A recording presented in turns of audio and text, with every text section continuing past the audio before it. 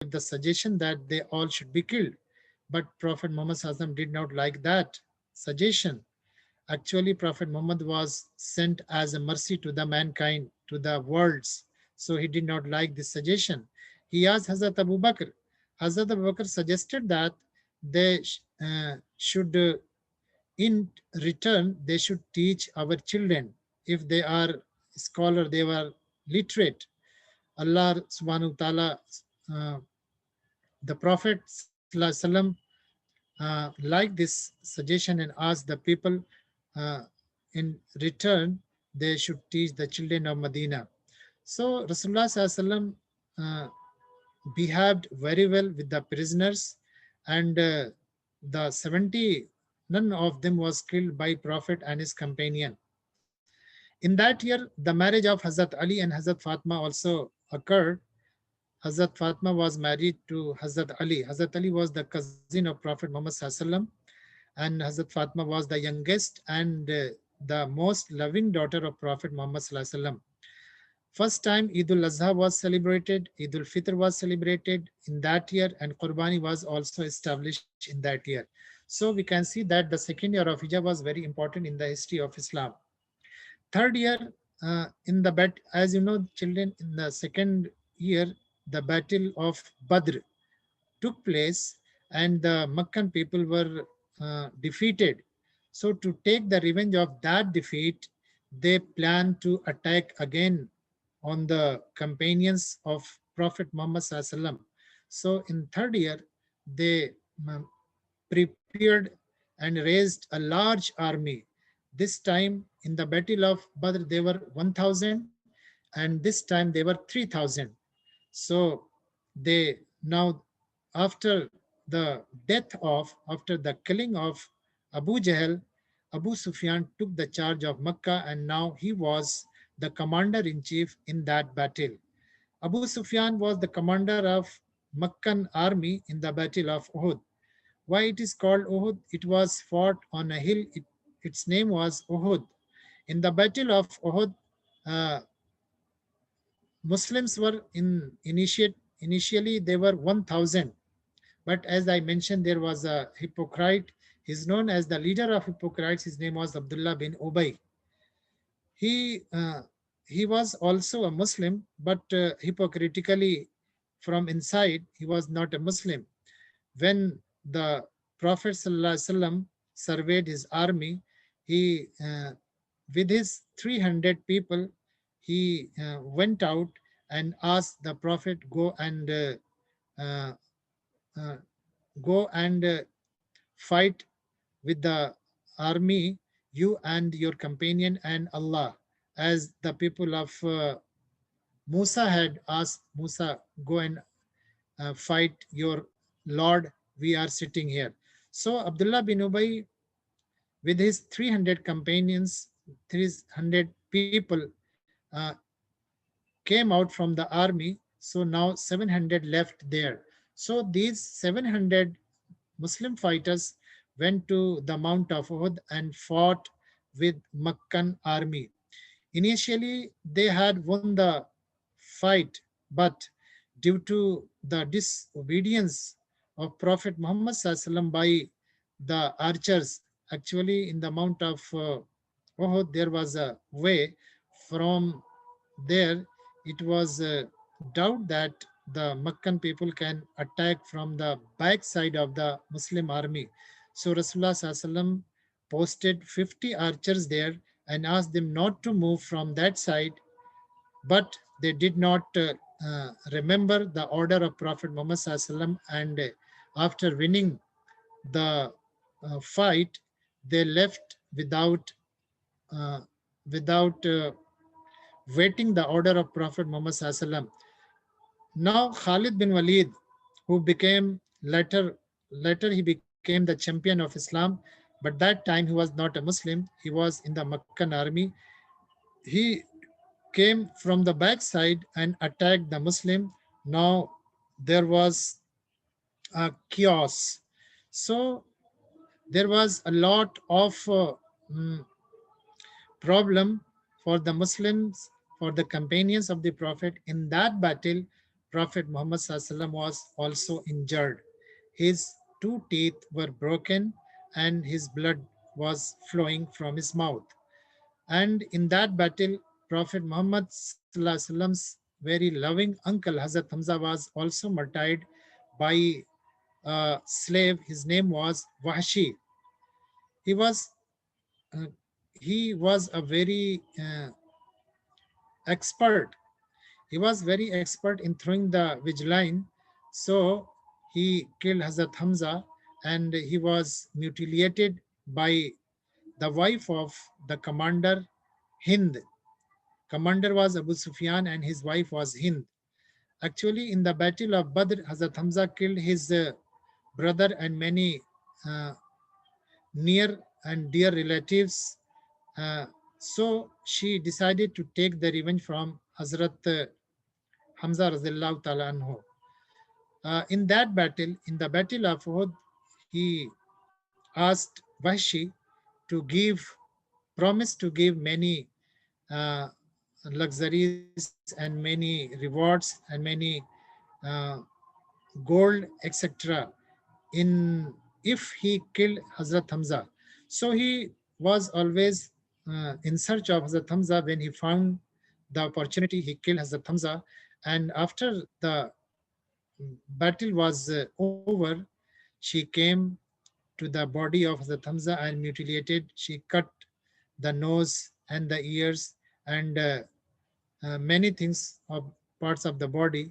So Hazrat Hamza was also killed in that battle. After that, the companions gathered together and once again, with the new zeal and enthusiasm, they fought with the enemy and the enemies ran away. In the fourth year of Hijrah, prohibition on alcohol. Alcohol, it was very much drunk by the people of Meccan. So the Quran revealed ayat in which it was prohibited. Fifth year of Al-Hijrah, and other battle took place. Now this was known as the Battle of Trench. This battle is known as by two names, Battle of Trench and Battle of Confederates. Confederates, in the Holy Quran, there is a surah after this battle, Surah Al-Ahzab. Confederates means Al-Ahzab. Al-Hizb is the singular, it means the party, the group, or Urdu में कह सकते हैं जमात या ग्रोह. Since the people of Makkah had mobilized the whole Arab, other tribes who were not uh, having faith in Rasulullah Sallallahu and in Allah, they all were mobilized to take part in this battle. So that battle is known as the Battle of Confederates. Why it is known as Battle of Trench? Actually, the Meccan people came with a large number of fighters. In the Battle of Badr, there were 1,000. In the Battle of uh, Uhud, there were 3,000. And in the Battle of Trench, there were 10,000 this time. So Rasulullah SAW called the senior Sahaba, the Council of War, and uh, asked them what to do, how to defend the city. There was an Iranian companion, his name was Salman al Farsi. He suggested that since the three side of Medina is covered with the hills and coconut trees, and there is an open area, so we should dig a trench in that open area. So Rasulullah SAW liked that suggestion, since this was a new way to fight for the Arabians. So Rasulullah SAW ordered the companions to dig a trench in the open area of Medina to defend the city. So that is why this battle is known as the Battle of Trench. Actually, practically all the people of Medina were involved in this battle, and Rasulullah SAW decided and approved the suggestion given by Hazrat Salman Farsi. So they did not go out to fight the people, because this time They were very large uh, army. So Rasulullah Sallallahu decided to defend themselves from inside the city. And in this battle, there was no actual fight between the two armies. But when the Meccan army reached Medina, they saw this new technique of war. So they did not understand what to do.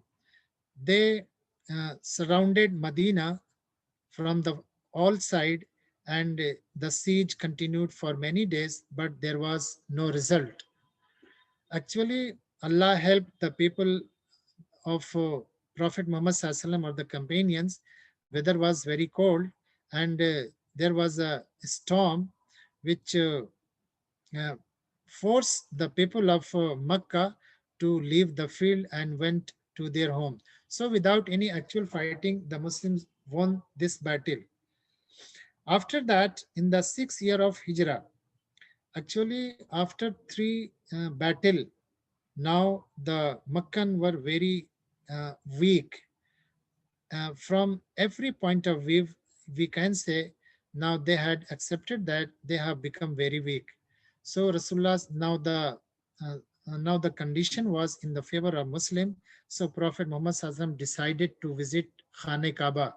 I think we can say that he decided to perform Al Umrah. Al Umrah is the lesser pilgrimage. In Umrah, very few rituals of Hajj are performed, and in Hajj we have discussed all these things in the chapter when we were discussing about the pillars of Islam. So Rasulullah decided to perform Umrah. He announced 1400 companions were ready to go with Prophet Muhammad Sallallahu to perform Umrah. They purchased the she camels to sacrifice in the way of Allah. They were donned in ihram. They started from to go out to perform Umrah. When Rasulullah Sallallahu set out from Medina, the news reached to Mecca that Prophet Muhammad with his 1400 companions is coming to Mecca. So they thought or they understood that Prophet Muhammad is coming to Mecca to attack the Meccan people. So they started to prepare for a fight or for a war. When Rasulullah Sallallahu received this message, that this news that they are getting prepared for fighting, Rasulullah Sallallahu changed his route and went to the area of Hudaybiyah. Hudaybiyah is a place in Saudi Arab, in the way going to Makkah from Medina. So Rasulullah Sallallahu was riding on his favorite camel. Do you know, children, what was the name of Rasulullah's favorite camel? It was Al Qaswa. Qaswa was Rasulullah's favorite camel. So Qaswa, when reached Hudaybiyah, the plain of Hudaybiyah, she knelt down and was not ready to stand up. So Rasulullah Sallallahu understood that it is Allah's command to stay there. So Rasulullah ordered the companions to stay there and sent Hazrat Usman to Makkah to uh, settle the matter. Hazrat Usman went to Meccan people and told the uh, give the message of Prophet Muhammad Sallallahu that we are coming only to perform Al Umrah. We will sacrifice and we will uh, go back to Makkah after few days. But they were not ready to accept all these things. So they sent a delegation to Prophet Muhammad Sallallahu to make a treaty.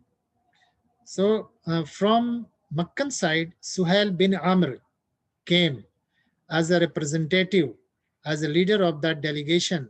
He came to the Prophet Muhammad Sallallahu and asked uh, to to hold a treaty or to an agreement.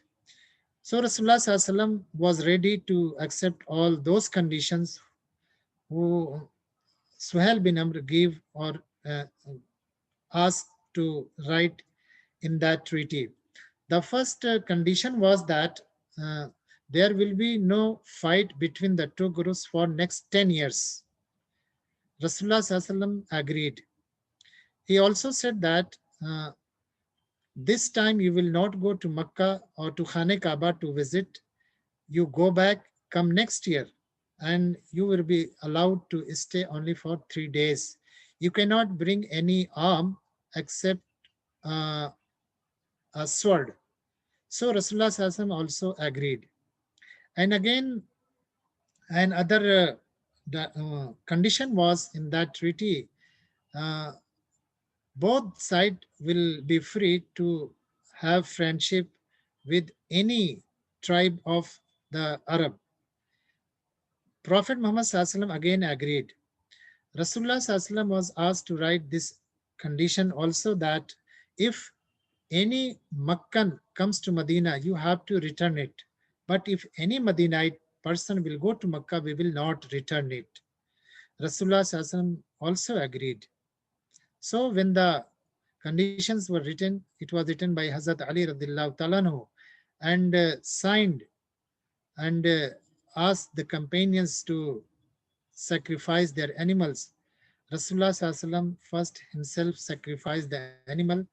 Uh, it was the custom of Prophet Muhammad SAW that when he went out of Makkah or Medina, so he used to take one of his wives with him. This time, Hazrat Salama was with the Prophet Muhammad SAW. Hazrat Salma, she was one of the wives of Prophet Muhammad SAW.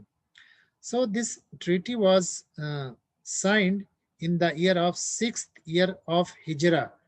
It means the after 6 years of Hijrah, the Treaty of Hudaybiyah was signed between Prophet Muhammad SAW and the people of Makkah. In the seventh year of Hijrah, the Battle of Khaybar. Khaybar is an oasis in Saudi Arabia where the Jews who had made the treaty with Prophet Muhammad SAW to save the Medina and the people of Medina, they had broken the treaty.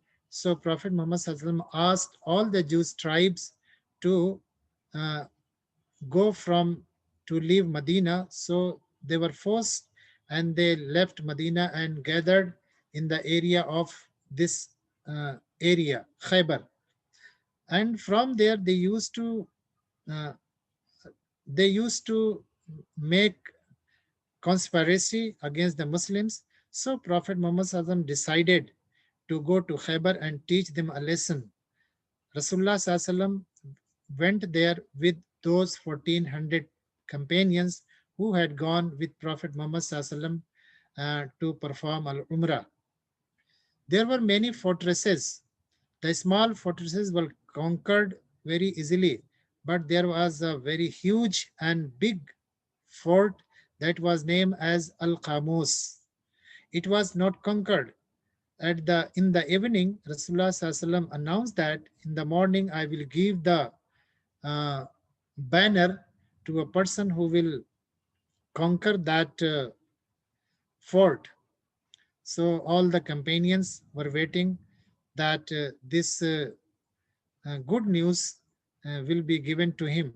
But in the morning, he announced the name of Hazrat Ali radiallahu ta'ala anhu.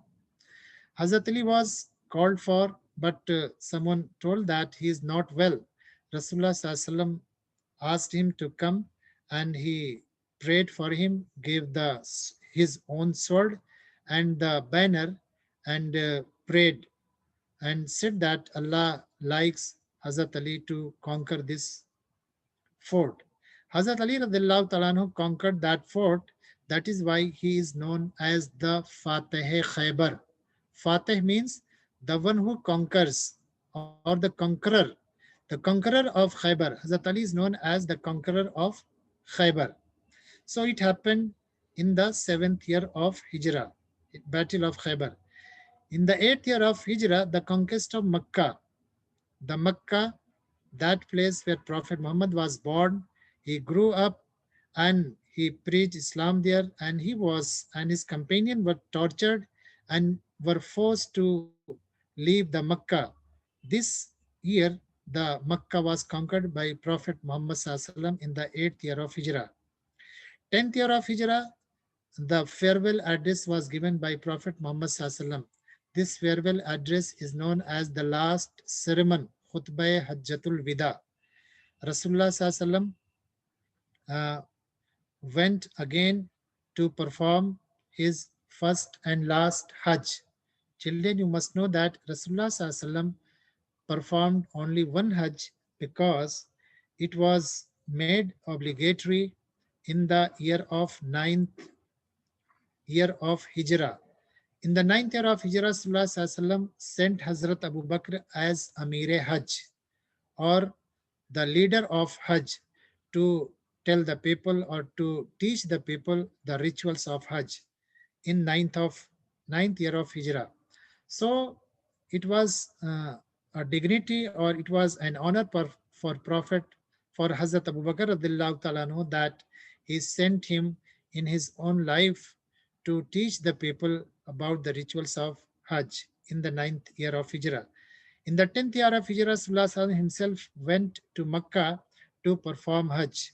After performing the rituals, he gave his last and farewell address in the field of Arafat. Arafat is very vast and wide field where the mm, mm, where the pilgrims everywhere gather, and Rasulullah Sallallahu gave the main points of Islam in his last and farewell address. In the 11th year of Hijrah, Rasulullah Sallallahu became ill, and finally at the uh, age of 63 years, he was he went to Allah, and his death occurred. So his actual age was 63 years, and it happened on 12th Rabiul Awwal. So children, this was very short and a very important session on the life of Prophet Muhammad SAW. You can read in many books the uh, details of Prophet Muhammad SAW life are available. This was just, we can say that, short lesson on Prophet Muhammad SAW. Thank you very much. Now, Halima ma'am, are you there? Yes, thank you very much, Fahad sir. It was really very informative. And now I'm going to unmute all the students so that if they have any questions, they can ask the questions. We will spend 15 minutes time on question answers.